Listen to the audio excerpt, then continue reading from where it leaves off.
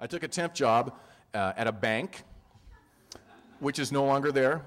The building is no longer there, Van Ness and Pine.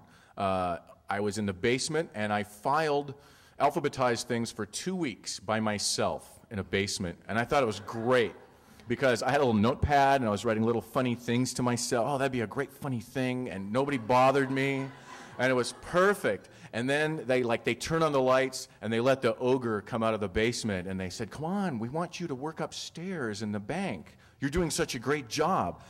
And so I said, well, whatever, I'll go upstairs, and there was a whole bank upstairs. I'd never seen it, actually. I'd just been in the basement. So they gave me, they promoted me to supply clerk. And I had a desk, and I had some supply catalogs, and I got to meet the rest of this bank, which was a savings and loan type bank. And I'd never worked in like an office environment, and these were adult people with neckties and pantyhose, and it was serious, you know.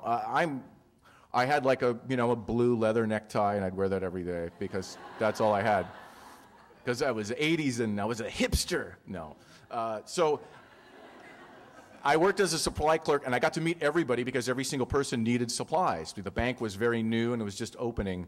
And the bank president was, he had won a Jimmy Carter look-alike contest. He had appeared in movies as Jimmy Carter. He was in People magazine, a big story about him and his wonderful life looking like Jimmy Carter. And he had just come out of the closet, and he'd left his wife and his family, and so he was gay Jimmy Carter, bank president. And he would come into the office every day, and he was so like excited, you know, to be alive. Gay Jimmy Carter, San Francisco, president of a bank. He was infectious. And there's a whole menagerie of people. I'm gonna hopefully I'll have time to get to all of them. The receptionist was near my desk as supply clerk, next to the supply cabinet, and she had a lot of pictures of dogs and cats and horses and stuff at her desk. And she, a pretty big gal with these big glasses that sort of the frame came from the bottom of the eyeglasses. And every once in a while, she would pull her receptionist headphone off and yell, "Somebody watch the phones!" and run down the hallway. And I asked somebody at the bank who worked there, what is the deal with her? And they said, "Oh, she has uncontrollable diarrhea sometimes." So imagine, yourself going to work on a bus every day, going to like, gay Jimmy Carter and diarrhea lady, every day.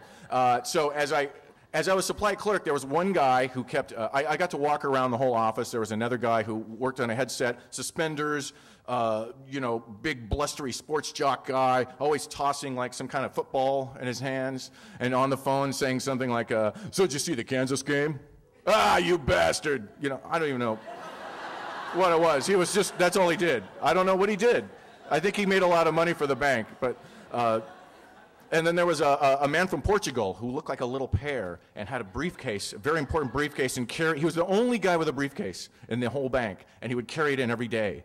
And then he had a propensity to lose his staplers all the time. So he'd come back to me and say, "I need another stapler." And I'd say, "I just gave you one last week."